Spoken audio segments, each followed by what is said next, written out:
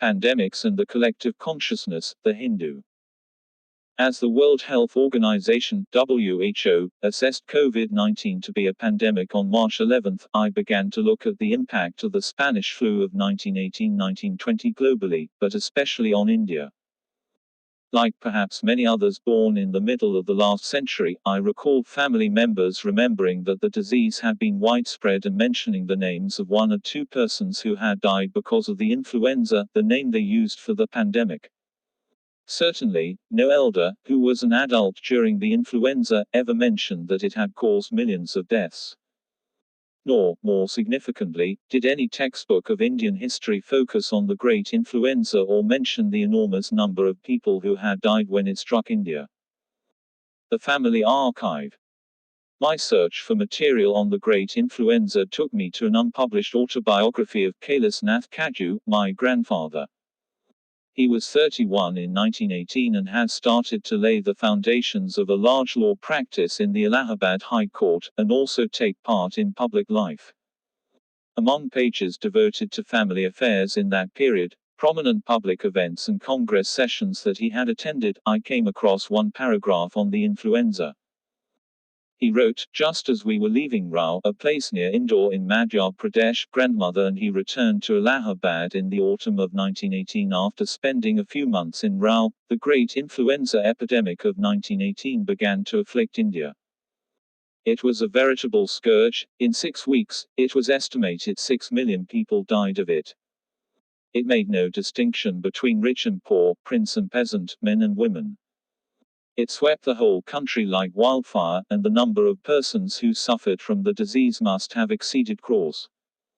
By the mercy of God, while all around there were any number of cases, none in our household at 15 Albert Road suffered from it. It was a great blessing. Overshadowed by events. Grandfather had begun the autobiography when he was in Naini jail in 1942 for participating in the Quit India movement. Clearly, what he wrote about the great influenza was from memory. While he mentioned a figure of 6 million deaths, it is now believed that it led to around 17 million deaths in India before it was over. Remarkably, this enormous toll in human lives, which amounted to around 5% of the then Indian population, is not a part of the Indian consciousness. It has sunk almost without a trace amidst the events surrounding the Anti-Rowlatt Act agitation, the massacre at Jallianwala Bagh and the non-cooperation movement. Jawaharlal Nehru's biography, written over an 8-month period from June 1934, illustrates how the ravages of the great influenza had quickly faded from national memory. Nehru devotes a chapter to the suppressed excitement, unrest and expectations in different sections of the Indian people at the end of the World War. He places these as the background for the resentment and anger caused by the Rowlatt bills, but entirely ignores the influenza's human toll and consequent popular emotion that may have resulted from the colonial government's inability to provide succor to the people.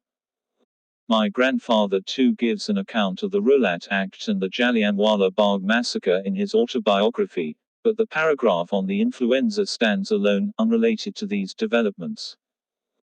If the great influenza had faded from popular memory in India, it did so in the rest of the world too. The developments of the 20th century that hold attention are the 2 world wars, the rise of communism in Russia and its spread to other parts of the world, the Cold War, the end of colonialism and even the Great Depression, but not influenza.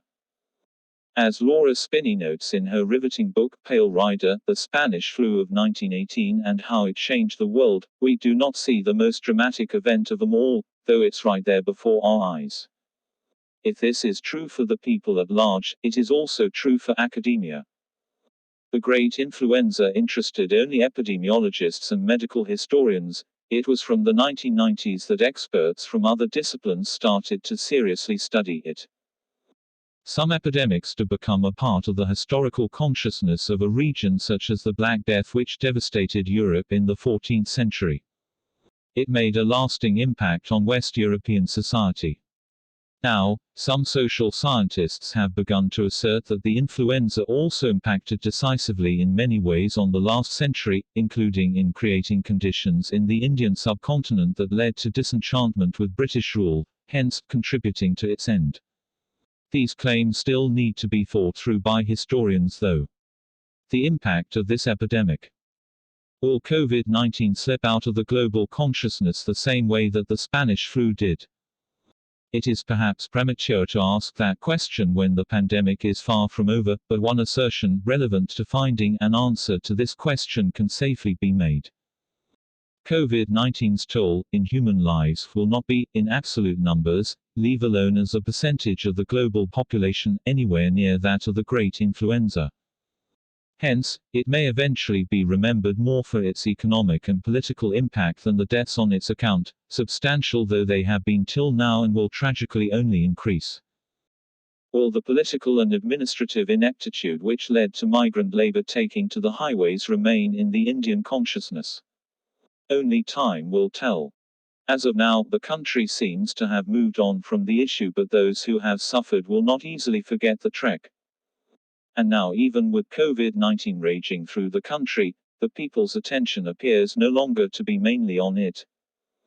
This is reflected in the print and electronic media, which are giving more space to domestic political and economic issues, foreign policy and security challenges to the state and crime than to the pandemic. Virus in America. Ironically, the world's preeminent country, the United States, has suffered the largest number of recorded infections and deaths because of COVID-19. The manner in which U.S. President Donald Trump has handled the pandemic is a major election issue, but some polls even there have suggested that the state of the U.S. economy is being accorded higher priority by many voters. That may now change with Mr. Trump and his wife, Melania, catching the virus.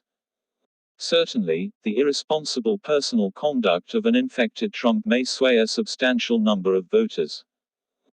Indeed, in the longer term, the fact that the holder of the world's most powerful political office caught the virus may be one reason for COVID-19 remaining in the global consciousness. History records the fate of leaders in battles won and lost, not the countless unknown who perished in it. That is a sad fact. Why did the Great Influenza not remain in the human consciousness? Perhaps because of the human instinct that life must carry on and painful memories of loss be thrust to the remote corners of the collective consciousness if not erased altogether. Would that happen to COVID-19 too?